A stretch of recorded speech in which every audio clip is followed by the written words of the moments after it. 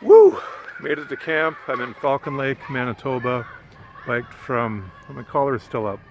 Biked from Winnipeg, just outside Winnipeg today. I got a cab to between Navan and Deacon's Corner on the Trans-Canada Highway on the east side of Winnipeg. And biked 127 kilometers to here today. Here's my tent, there's my bike. I got some bike gear. I got 3 new tubes. I got a seat cover, which I had for 90 kilometers today, but then it got too uncomfortable. So I took it off and I'm trying my new seat. That's my new seat. The last one wasn't the best. So I only had 30 kilometers on it today, just as it was, after I was already sore. So it was better though, a lot better though than with the seat cover. So I'm hoping it'll be fine for the rest of the trip. I also got gloves. I packed away my gloves, but I've been to a number of bike shops already, and the gloves I found they didn't have as much padding as I wanted them to have, or thought they used to. Anyway, I found a pair in Winnipeg at a bike shop, Olympia Cycle and Ski, and they had thick padding. I'm like, yes! Yes, because my hands and wrists were starting to get a bit sore from the reverberations from the handlebars. So I got some gear, and I think that's all I got, and 3 spare tubes. So now I've got 5 spare tubes for the Northern Ontario stretch. Thunder Bay, if I get a flat before then, I'll get another tube, and so on. So there must be Canadian Tires along the way through Northern Ontario that I could get some at. So 5 is probably overkill, but as Jeff Slater, who fundraised to get my bike, this new bike, he said, if you have 5 spare tubes, chances are you'll never have to use them. So there we go. Proactivity. I got, we think it's food poisoning, and I don't know, it might have been a mild bug, and it was mild though, whatever it was. Well, you know what? I did some circuit training. While I was sick. I went from the couch to the kitchen to the bathroom. That loop for about 4 days. And yeah, I was weak and tired and slow speaking, slower thinking, just moving slow. But I didn't feel miserable. You know, when you've got a cold and you just aches and you feel miserable. The pain I really had was just churning of stomach, and it wasn't really that bad. So I've had colds a lot worse than that, so I can't complain. I did get food poisoning on my bike trip across Canada, 7 kilometers inside the New Brunswick border after biking every inch from Vancouver. I didn't take cabs through cities or anything, every inch from Vancouver to just about Edmundston, New Brunswick. And then I got food poisoning within my own home province. And it lasted around the same time frame, 5-6 days. I think this was 4 or 5 days. Maybe 4 days, I forget. But I'm on the road today. I slept in till 8, and then I went back to sleep until about 10. And I thought, I don't know how this day is going to show up. But then there I was packing up my gear, and then a little bit later I was out there waiting for a taxi, and then I found myself on the side of the road. It's interesting being dropped by a taxi on the side of the highway. It's like when you're a kid. You want to walk the rest of the way? Your parents say when you're acting up. Well, it's like every kid's nightmare. No, I don't want to walk the rest of the way. Well, I just get thrown on the side of the road with all my gear, so I have to pile it up on top of my bike and head out. So it feels a bit weird. Maybe it's just the cab driver thinking, what am I doing letting this guy out in the middle of the highway? Maybe it's just his thoughts I'm picking up. I don't know. So anyway, the biking was good. I stopped at Subway in Richer, Manitoba, had a sub sandwich. Got to Falcon Lake, and I got a liter of milk. I've got to stop buying milk at Subway because the 483 ml bottles of white milk are like probably $3, I think. I wasn't paying attention. I got a sub for 12-inch sub for like $11, and I thought, well, wait a minute, it usually comes to like $17 or $18. So anyway, I usually get 2 milk when I'm at Subway, and anyway, I'm not going to do that anymore if I can help it. I went to the convenience store and got a liter of milk for like $2, 2 something, so that'll save some money. I did get, on my last trip across Canada, a calcium deficiency, and I didn't get it till after the trip. We drank powdered milk on the trip, and I thought I was drinking enough milk. And I don't know if it's a combination of a lot of biking or exercise and not drinking enough milk, or just plain not drinking enough milk, but I got cramps in my legs. I couldn't like unbend my knees very easily. The doctor put me on calcium supplements and told me to drink milk, and then it went away pretty quickly. So I'm conscious of that this trip. I do want to drink enough milk, and yeah, so I'm trying. It's not easy buying it at gas stations. Most of my food is bought. A lot of it is bought at gas stations or Subway. Subway's great to get some fresh vegetables into me and some meat, but it takes longer to go into a town, find a grocery store along the side of the road. It's just faster, and it's not ideal, but that's what's happened so far. So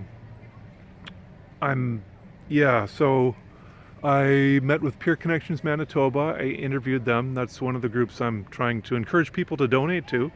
The other thing is that if you don't have money, lots of us are flat broke, but you might like to help in free ways, and just check out the Schizophrenia Society for your province. Their website, and learn more about schizophrenia. Share some of their posts. Follow them on social media. Get to know them. Share what you know, what you learn about schizophrenia with other people. It all helps in creating conversations and making this disease less stigmatized. So yeah, the bike went pretty well today, and I'm feeling pretty good. I didn't know how today would go after having 4 or 5 days of not eating a whole lot, week. So it actually went pretty darn good. So there's a feather in my cap, a notch on my belt. So tomorrow is Kenora, Ontario. I enter Ontario tomorrow, and it's a short day, 60-some kilometers to Kenora, and I'm looking at staying at a campground there, one inside the town. I can't pronounce it, Ansawabi or something. They say it differently, and I haven't picked up on how to say it right yet. So the terrain changed today. It started out flat in prairies, and then more and more trees gradually came in. It's still fairly flat here at Falcon Lake, Manitoba, on the highway to here, the Trans-Canada. But a lot of trees came up, It's wooded. There's bear alerts now, which you didn't see in the prairies. And I saw a few logging trucks today. Here's the difference. You don't see many of those in Saskatchewan, at least where I went. So yeah, I'm 4 days behind schedule. I did make up 2 days, so that I was only 2 days behind schedule leading up to Winnipeg with phenomenal tailwinds. I covered 370 kilometers in 2 days, and anyway, now I'm back 6 days total behind schedule. So oh well, what can you do? I'm getting better, rolling with the punches, going with the flow. It's whatever. I'm trying to enjoy this. So it's light now till about 10 o'clock. It's 9 something now, and it's still fairly light. And I don't know where the time change is, but it's coming up down the highway at some point. Somewhere in northern Ontario, I think. I'm not sure when. Thanks to all who've donated. I fell behind a bit on the comments and whatnot. I still need to go on GoFundMe and thank people who've donated. I've seen a couple e-transfers come in, and I just want to thank you. If I see all this stuff, I'm trying to do a lot of things here, so just please bear with me, and I'm so appreciative of your donations. I might be able to get some donations from some other places, some larger donations, I'm hoping. So I'm working on that for the food and camping fees, because so far it's been me just day by day, like not really knowing whether I have enough funds for the next day or two, and just magically, literally it's magic, they come in every day, and I'm able to pay for another night of camping or pay for my food that day. And oftentimes I stick my debit or credit card into the machine, and I'm like, I don't know if it's going to go through, and magically it does. I haven't. People just keep donating, and just so thankful for all that. So yeah, and I'm hoping though with some larger donations I'm working on, maybe I'm hoping that I won't have to worry about that as much, because it's an added stress I have to deal with, just not knowing whether the trip will continue. I really hope it does. I didn't get many videos today or photos because I wasn't sure of how well I'd do on the road today. If I'd lose strength, get weak, whatever. But I did pass the Canada's Geographic Center, I think it's what it's called, something like that. It's a big, huge sign on the side of the Trans-Canada just east of Winnipeg. So I'm technically over halfway now. I've biked over halfway across Canada. And for someone with schizophrenia to do that, I think that shows that it's likely I'll be able to do it the rest of the way. If I made it this far, chances are I could probably do it the rest of the way, barring disasters. So yeah, I haven't done it. I can't quit now saying, yeah, I could do that, and then say, yeah, Matthew Dixon biked across Canada. Well, no, you only biked halfway, Matthew. But it's hitting me. It's like, you know what? Halfway is pretty darn far, and I think that shows that I can do this. And I'm really hoping that I can finish this trip safely in one piece and with my health, and have that as something to share with other people for many years to come, and show that people can recover from this disease and carry on and live, go after their dreams, go after their hopes, whatever those may be for you. So keep fighting, keep hanging in there. If you're having a tough day, please check out my mental health tips on my website, mindaid.ca.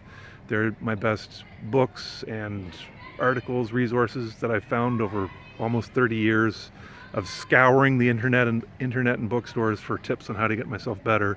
Save yourself 30 years of work and go check that list out. It's I highly recommend it. I've got a bit of media coming up in Fort Frances, I think it's okay to say that.